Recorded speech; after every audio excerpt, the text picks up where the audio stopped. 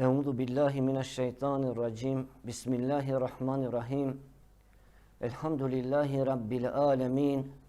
Wassalatu wassalamu ala rasulina Muhammedin wa ala alihi wa ashabihi ejma'in. Falënderimet dhe lavdrimet janë vetëm për Allahin xhalla shanehu. Ata falenderojmë dhe prej tij ndihmë dhe falje kërkojmë.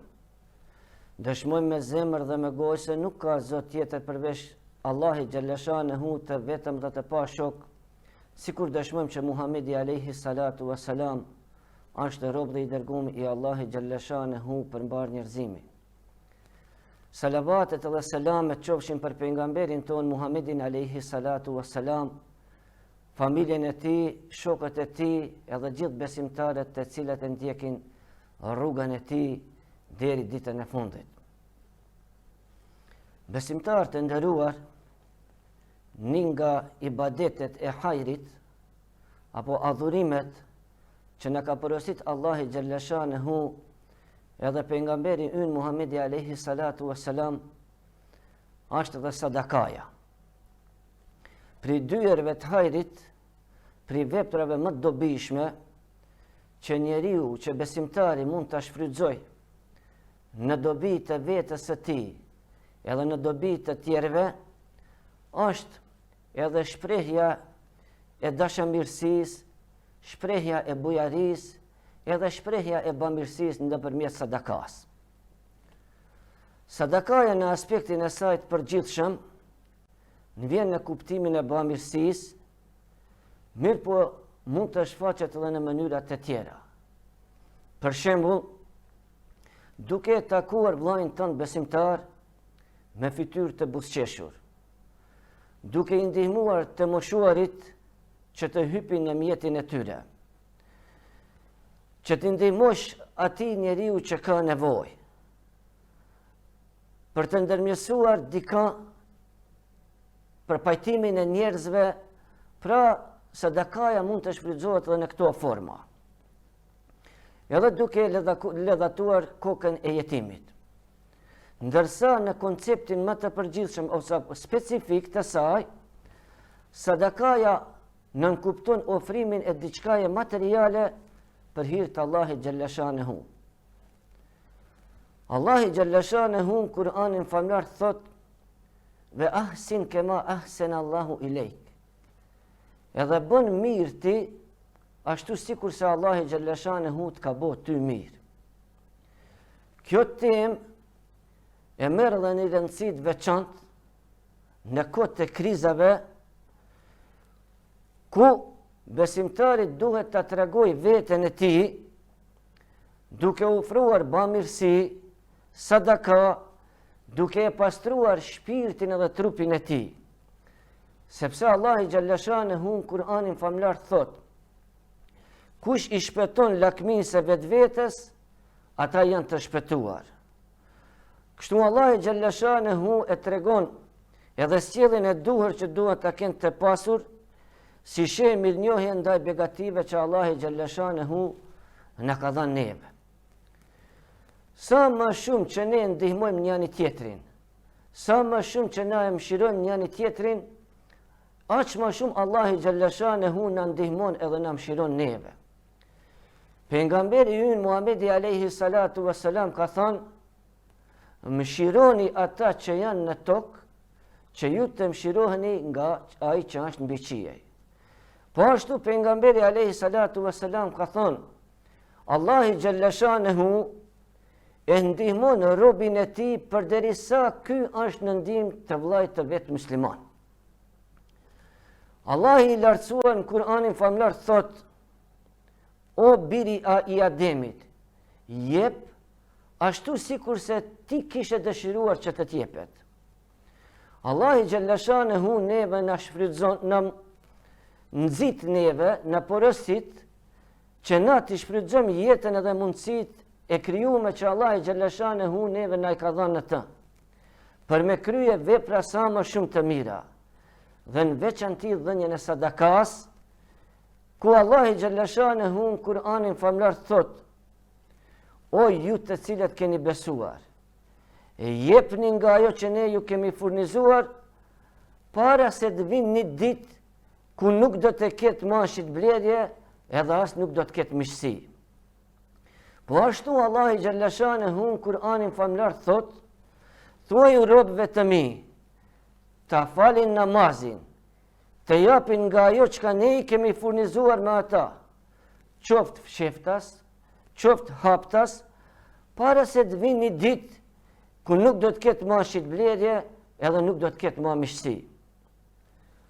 Vërtet dita e gjykimit, vërtet zjarmi i xhehenemit, është dita e gjunjëzimit, është dita kur besimtari e kupton mashtrimin nga vërteta, e kupton realitetin në mes të kësaj bote edhe të botës tjetër, ahiretit. Është dita e vështirë ku besimtari do të kishte nevojë edhe për veprën më të vogël, të mirë, që ta ketë para Allahi Gjallëshanehu. Pejgamberi ynë Muhamedi alayhi salatu wassalam ka thonë, çdo kujt Allahi Gjallëshanehu do t'i flas pa pas perde. Atë ditë njeriu shikon nga ana e djathtë e tij, i sheh vetëm veprat e veta të mira që ka punuar. Shikon në anën e majtë të tij, i shikon vetëm veprat e veta të këqija që ka punuar. Shikon para vetës së tij, e sheh zjarmin e xhenemit përballë tij. Dhe thot pejgamberi ynë Muhamedi alayhi salatu wassalam, ruanu prej zjarmit të xhenemit, qoftë edhe me një gjysmë hurme.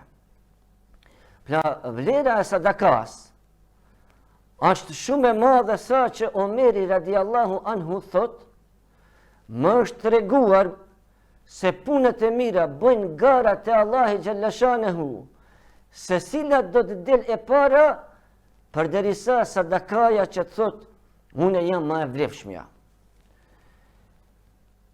Më poshtë do të përpiqemi që të japim disa shembuj për vlerat që ka sadakaja. Pejgamberi ynë Muhamedi alayhi salatu wassalam ka thonë, sadakaja që jepet fshehtas e shuan zemrimin e Allahit Gjallëshanehu. Pra shpesh herë neve na ka ndodhur që të punojmë gjëra të cilat janë kundërshtim me urdhnat dhe me ligjet e Allahit Gjallëshanehu.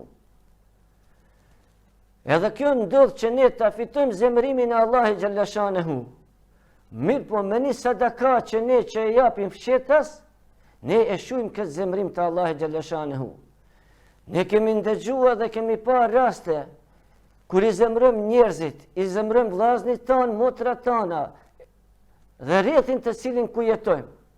Edhe në ndodh që na ta marrim hallallakin prej tyre. Mirë po një sadaka e dhënë në formë të fshehtas e shuan zemrimin e Allahit Gjallëshanehu. Po ashtu, sadakaja mbron nga zjarmi i xhehenemit, ku pejgamberi alayhi salatu wassalam, duke rrit me shokët e tij, e ka përmend zjarmin e xhehenemit. Në këtë rast, pejgamberi ton Muhamedit alayhi salatu wassalam ju ndrua edhe fytyra. Përsëri pejgamberi ynë Muhamedi alayhi salatu wassalam e ka përmend zjarmin e xhehenemit, edhe i ka ndrua fytyra pejgamberit alayhi salatu wassalam, apo qerja janë ndrua pejgamberit alayhi salatu wassalam.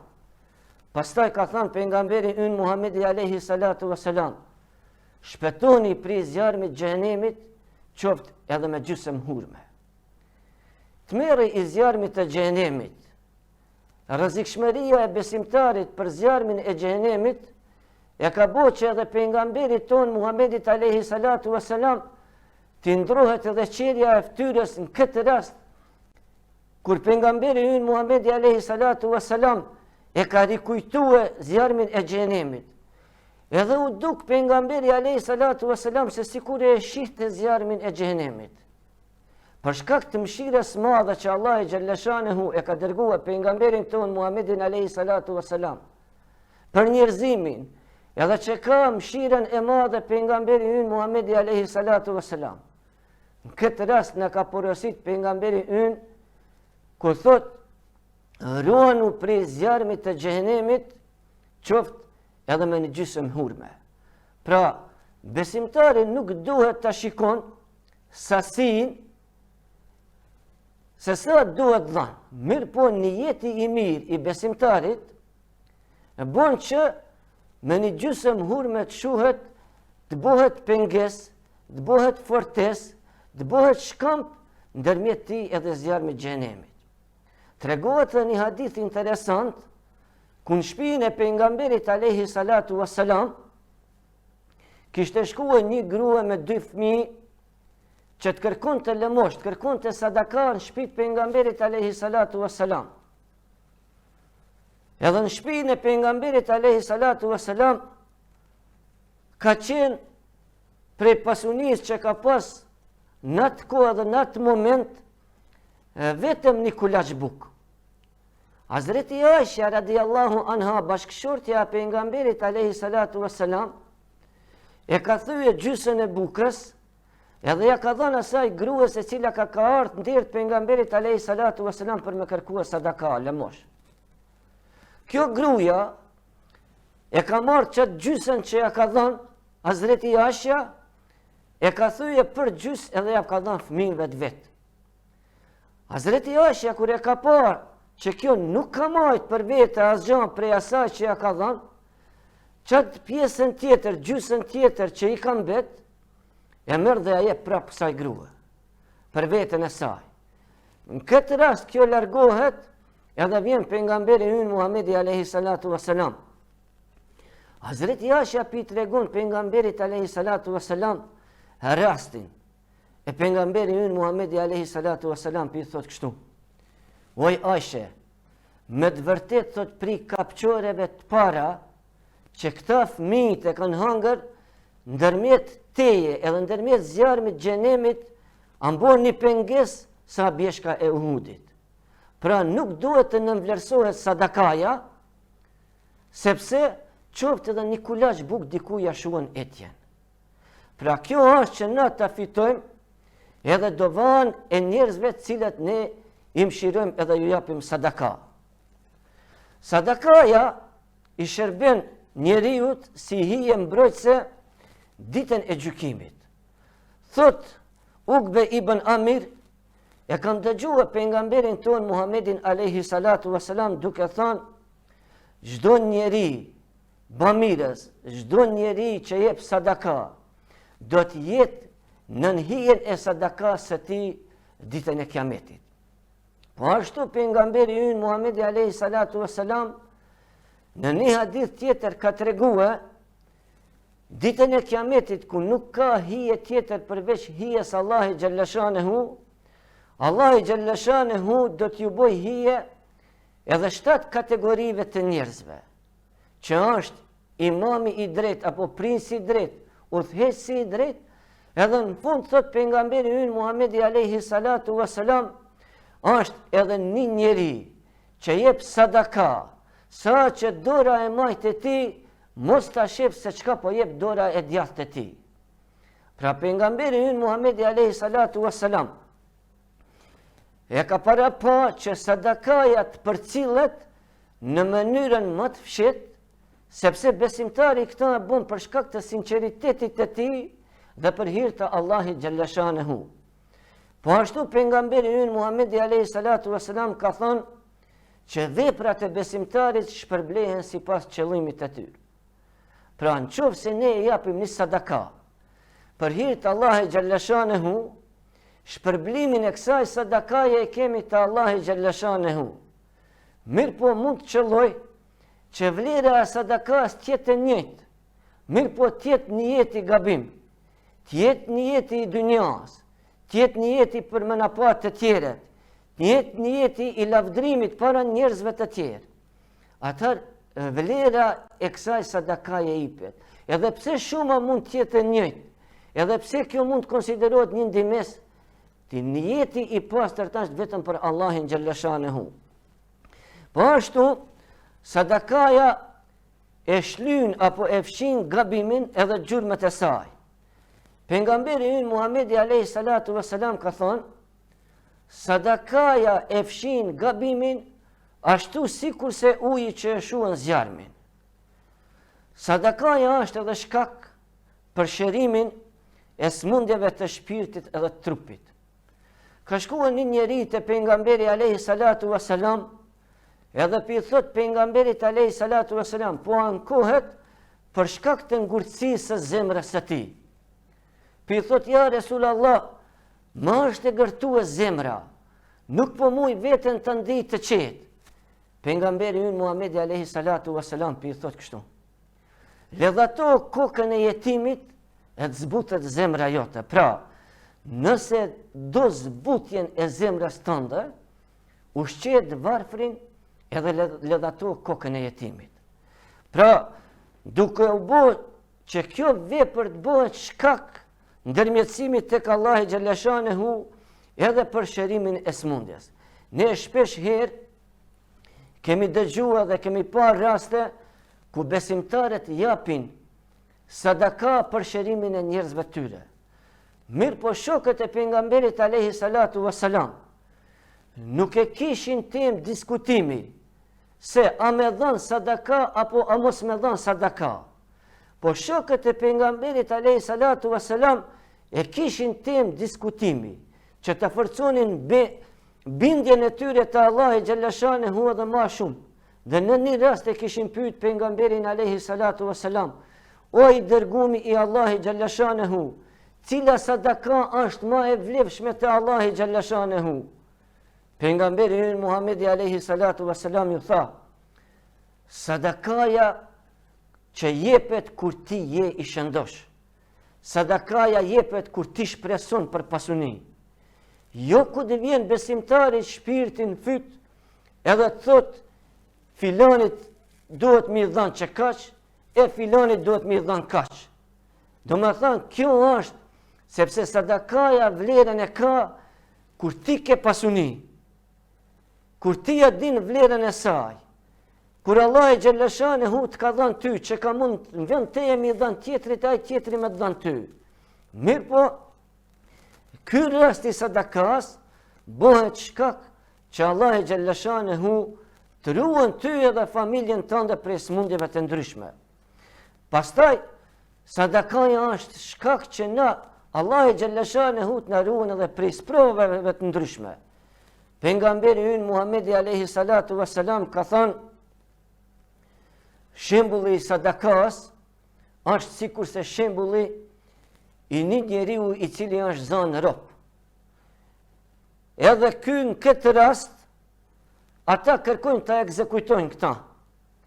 Mirë po, ky është në gjendje ta jap gjithë pasuninë që e ka si kompenzim, qoftë e vogël apo e madhe, vetëm që të shpëton nga kjo.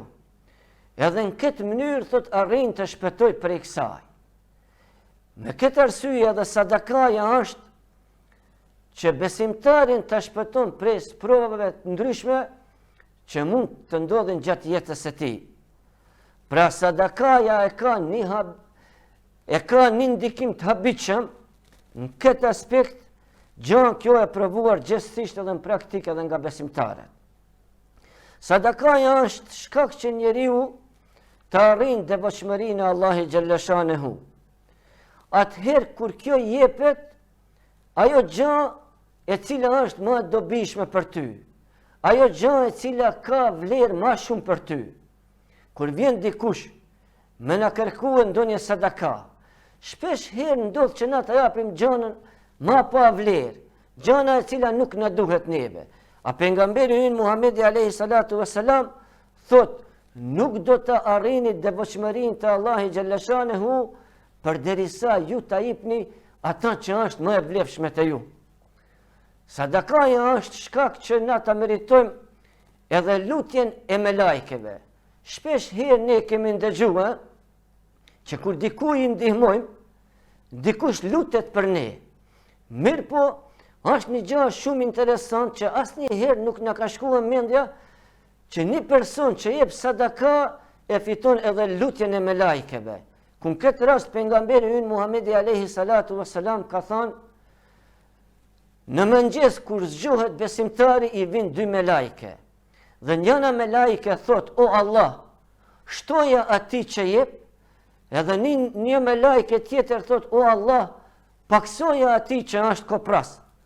Tha, dhënia e sadakas e shton bereqetin, e shton pasunin, sepse pejgamberi ynë Muhamedi alayhi salatu wassalam ka thënë, nuk paksohet pasunia nga dhënia e sadakas. Sepse Allahu xhalla shanehu me dhënien e sadakas neve na premton pasunin. Ndërsa shejtani i mallkuat neve na frikson me varfri. Në më thonë, kjo është e domethënia se në shumë vende Allahu xhalla shanehu na porosit se ai që jep sadaka, Allahu ja shumë fishon pasunin e tij. Ndërsa në një vend tregohet se shejtani i mallkuat e frikson me varfri. Domethënë kemi në konsiderat këtë hadith pejgamberit alayhi salatu wassalam, sepse me dhënien e sadakas shtohet pasunia jonë. Pastaj vërtet pasunia që njeriu e shfrytëzon siç duhet, ata e rezervon për veten e vet në një ditë me cilën ballafaqohet me Allahun xhalla shanehu. E Allahu xhalla shanehu thot, çdo sadaka që e jepni e keni për të mirën tuaj. Po ashtu pejgamberi ynë Muhamedi alayhi salatu wassalam e pyeti Aishën radiallahu anha, cilës ja kishte lënë 100 që ta jep sadaka. Edhe kur ankthyej pejgamberi alayhi salatu wassalam, e pyeti Aishën se a ke shpërnda 100-in? Aisha i tha pejgamberit alayhi salatu wassalam, të gjithë e kam shpërnda përveç një shpatull që kam et. Pejgamberi alayhi salatu wassalam tha, e gjitha ajo kam et, te ne ajo është që të cilën ti e ke shpërnda, sepse kjo është sadaka të cilën ne kemi rezervuar për botën tjetër. Po ashtu shpërblimi i sadakas shumë fishohet në mënyrë të veçantë, sepse Allahu xhalla shanehu thot, ata që japin sadaka, edhe ato që japin sadaka, e lanë të Allahu xhalla shanehu një huat mirë, e cila ju shumë fishohet dhe shpërblehen për punë të mira me një shpërblim të bujar. Pra për dhënsin e sadakas, ka një derë të veçantë, ka një portë të veçantë, ku mund të hynë vetëm ata të cilët japin sadaka, edhe pejgamberi ynë Muhamedi alayhi salatu wassalam thot, dhe kush është prej atyre që japin sadaka, thirret nga porta apo nga dera e sadakas. Sadakaja e qetëson zemrën, është çlirim, është rehati për besimtarin. Për këta Allahu xhalla shanehu ka thonë, kush i ruhet lakmisë së shpirtit, këta janë të shpëtuar te Allahu xhalla shanehu. Inshallah Allahu xhalla shanehu na bën prej besimtarëve të drejtë dhe të sinqertë, të cilët gjithmonë bujarin, dashamirësinë edhe bamirësinë e shprehin me vëllezërit e tyre të cilët kanë nevojë.